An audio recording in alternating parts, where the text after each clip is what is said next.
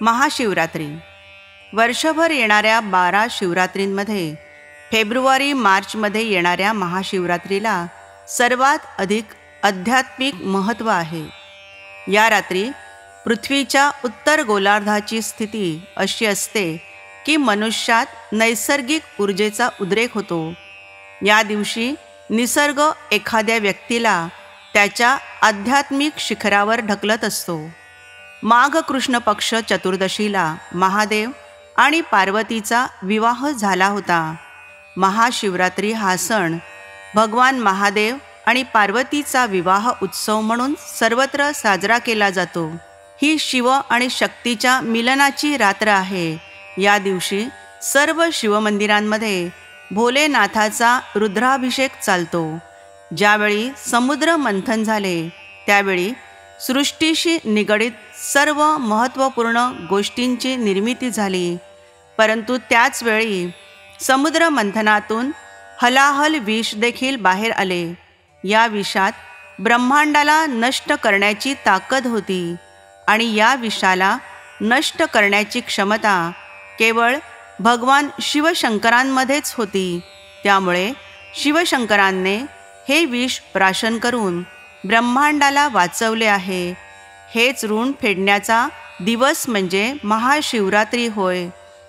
पण विष प्राशन केल्यामुळे त्यांचा कंठ निळा झाला व संपूर्ण देहाचा दाह होत होता. वैद्यांनी भगवान शिव यांना संपूर्ण रात्र जागून काढण्याचा उपाय सांगितला. सर्व देवांनी भगवान शिवशंकरांना बरे वाटावे म्हणून रात्रभर गायन आणि नृत्याची व्यवस्था केली. सकाळी महादेवांनी सर्वांना आशीर्वाद दिला. या संपूर्ण घटनाक्रमामुळे सृष्टी वाचली म्हणून या दिवसाला महाशिवरात्री असे नाव पडले.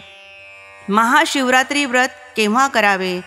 कृष्ण पक्षातील चतुर्दशीच्या आदल्या दिवशी. जर महानिशिथ काल असल्यास त्याच दिवशी महाशिवरात्र साजरी करण्यात येते. रात्रीचा 8व्या प्रहरास निशिथ काल असे संबोधण्यात येते. सोप्या भाषेत सांगायचे म्हणजे जेव्हा चतुर्दशी ही तिथी सुरू होते व रात्रीचा 8वा प्रहर हा चतुर्दशीच असेल तर त्या दिवशी शिवरात्री साजरी करावी. चतुर्दशीच्या दुसऱ्या दिवशी जर निशिथ काल येत असेल व पहिला दिवस निशिथाने व्याप्त असेल तर पहिल्या दिवशीच महाशिवरात्री साजरी करण्यात येते.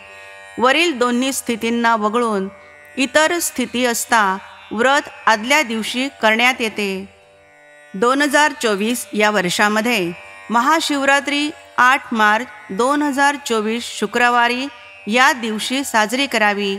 8 मार्च 2024 शुक्रवारी रोजी निशिथ काल मध्यरात्र 0.25 ते उत्तर रात्र 1.13 पर्यंत आहे. शिवपूजन विधी. महाशिवरात्रीच्या दिवशी सकाळी लवकर उठून संपूर्ण घर स्वच्छ करून त्यानंतर स्वच्छ कपडे परिधान करणे. पूजा करताना पाट किंवा कापडी आसन घेऊन बसावे. सर्वात आधी मातीच्या भांड्यात पाणी भरून त्यात बिल्वपत्र, धोत्र्याचे फूल, तांदूळ इत्यादी पदार्थ घालावेत. या मिश्रणाने शिवलिंगावर अभिषेक करावा. नंतर शिवलिंगावर दही, तूप, मध, साखर आणि पाण्याने अभिषेक करावा. नंतर शिवाला वस्त्रे घालावी. त्यानंतर शिवाला जानवे घालावे. नंतर चंदन आणि भस्म लावून फुलांचा हार घालावा.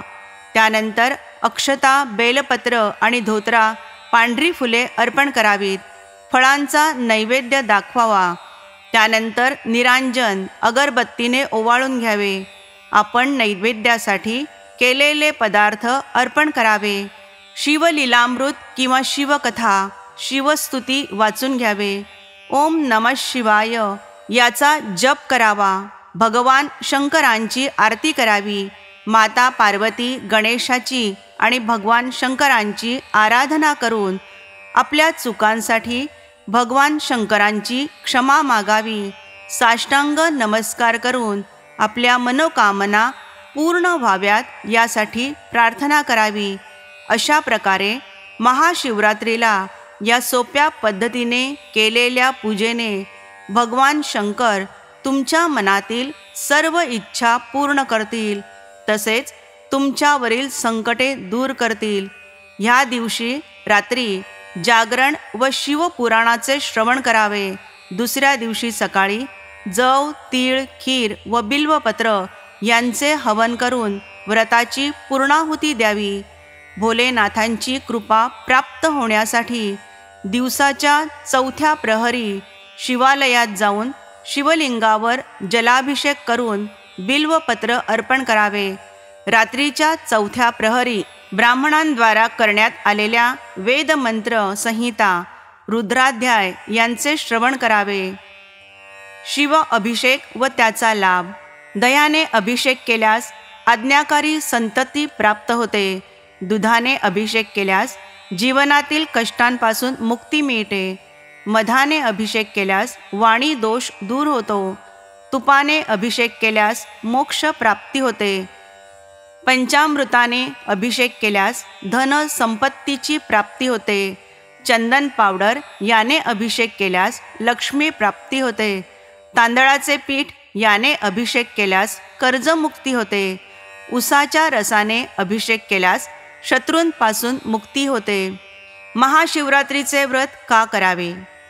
शिवाच्या विश्रांतीच्या काळात शिवतत्वाचे कार्य थांबते. म्हणजेच त्या काळात शिव ध्यानावस्थेतून समाधी अवस्थेत जातात. शिवाची समाधी अवस्था म्हणजे शिवाने स्वतःसाठी साधना करण्याचा काळ. त्या काळात विश्वातील तमोगुण शिवतत्व स्वीकारत नाही. त्यामुळे विश्वामध्ये तमोगुणाचे प्रमाण किंवा वाईट शक्तींचा दाब प्रचंड वाढतो. त्याचा परिणाम आपल्यावर होऊ नये म्हणून शिवतत्व आकृष्ट करून घेण्यासाठी महाशिवरात्रीचे व्रत करावे. महाशिवरात्री व्रतकथा. या दिवशी भगवान श्री शिव यांचा विवाह झाला होता. म्हणूनच भगवान श्री शिव यांची वरात रात्री काढण्यात येते. पौराणिक कथेनुसार माता पार्वतीने भगवान श्री शिव यांना पतीच्या रूपात प्राप्त करण्यासाठी कठोर तपस्या केली होती. या तपस्येचे फल म्हणून माघ कृष्ण चतुर्दशीस भगवान श्री शिव व माता पार्वती यांचा विवाह संपन्न झाला. महाशिवरात्रीस अत्यंत महत्त्वपूर्ण व पवित्र मानण्याचे हेच प्रमुख कारण आहे. गरुड पुराणानुसार या दिवशी निषाद आपल्या कुत्र्यासह शिकारीस गेला, परंतु त्यास शिकार मिळू शकली नाही. त्यानंतर तो भूक व तहानेने व्याकुळ होऊन एका तळ्याकाठी आला. तेथे बेलाच्या वृक्षाखाली एक शिवलिंग होते.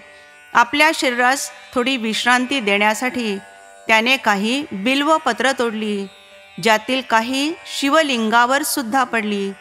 आपले पाय धुण्यासाठी त्याने तळ्याचे पाणी शिंपडले, ज्यातील काही थेंब शिवलिंगावर सुद्धा पडले. हे सर्व करत असताना त्याचा एक बाण खाली पडला. जे घेण्यास तो खाली वाकला तर समोरच शिवलिंग होते. ह्या प्रकारे शिवरात्रीच्या दिवशी नकळतच त्याच्या हातून शिवपूजन घडले. त्याच्या मृत्यूनंतर जेव्हा यमदूत त्यास घेऊन जाण्यास आले, तेव्हा भगवान श्री शिवांच्या गणाने त्यांचे रक्षण करून यमास पिटाळून लावले. महाशिवरात्रीची पुराणकथा. शिवपुराणात एक कथा सांगितली जाते, ती अशी. एक पारधी जंगलात सावज शोधण्याकरता झाडावर बसला होता. संपूर्ण दिवस गेला, परंतु त्याला शिकार गवसले नाही. सायंकाळी हरणांचा एक कळप तेथे पाणी पिण्याकरिता आला. पारधी बाण सोडणार तेवढ्यात त्यातील एक हरिण पुढे येऊन पारध्याला म्हणाला, हे पारध्या, तू बाण सोडणार आणि आमची शिकार करणार हे अटळ आहे, परंतु मी तुला एक विनंती करतो. मला माझ्या कुटुंबाला एकदा भेटून येऊ दे. माझी कर्तव्ये मला पार पाडून येऊ दे. हरणाने वचन दिल्याने पारध्याने त्यांची विनंती मान्य केली. दूरवरून मंदिरातील घंटांचे आवाज येत होते. ओम नमः शिवाय कानावर येत होते. पारधी ज्या झाडावर बसला होता ते झाड बेलाचे होते. सहज चाळा म्हणून एक एक पान तो खाली टाकत होता. त्या झाडाखाली असलेल्या शिवपिंडीवर ती बेलाची पानं पडत होती. नकळत का होईना त्या पारध्याच्या हातून शिव उपासना घडली. हरिण परत आल्यानंतर त्याने पारध्याला म्हटले की आता मला मार, मी माझे कुटुंब प्रमुख असल्याचे कर्तव्य बजावून आलो आहे. तेव्हा लगेच हरणी पुढे आली आणि तिने म्हटले, त्यांना नको, मला मार, मला माझे पत्नी धर्माचे कर्तव्य पार पाडायचे आहे. त्वरित हरणाची लहान पिल्लं पुढे आली आणि म्हणाली, आईला नको, आम्हाला मार, आम्हाला आमचे पुत्रधर्माचे कर्तव्य पार पाडू दे. हे पाहता पारध्याच्या मनात विचार आला, हे प्राणी मात्र असून देखील आपापल्या कर्तव्याला चुकत नाहीत, तर मी माझा मानवधर्म दयाधर्म का सोडू. त्याने सर्वांना जीवदान दिले. देवाधिदेव महादेव हे सर्व पाहून हरणावर आणि पारध्यावर प्रसन्न झाले आणि त्यांनी त्या सर्वांना कृपा आशीर्वाद दिला. सर्वांचा उद्धार केला. हरिणाला मृग नक्षत्र म्हणून व पारध्याला व्याघ्र नक्षत्र म्हणून अवकाशात नेहमीकरिता स्थान दिले. हा प्रसंग ज्या समयास घडला तो दिवस महाशिवरात्रीचा होता. तुम्ही महाशिवरात्रीच्या दिवशी उपवास, पूजा, व्रत हे सर्व करत असाल तर कॉमेंट बॉक्समध्ये हर हर महादेव असे लिहा व शिवाची कथा तुमच्या आप्तजनांना, मित्रमैत्रिणींना शेअर करा व चॅनलला सबस्क्राईब करा.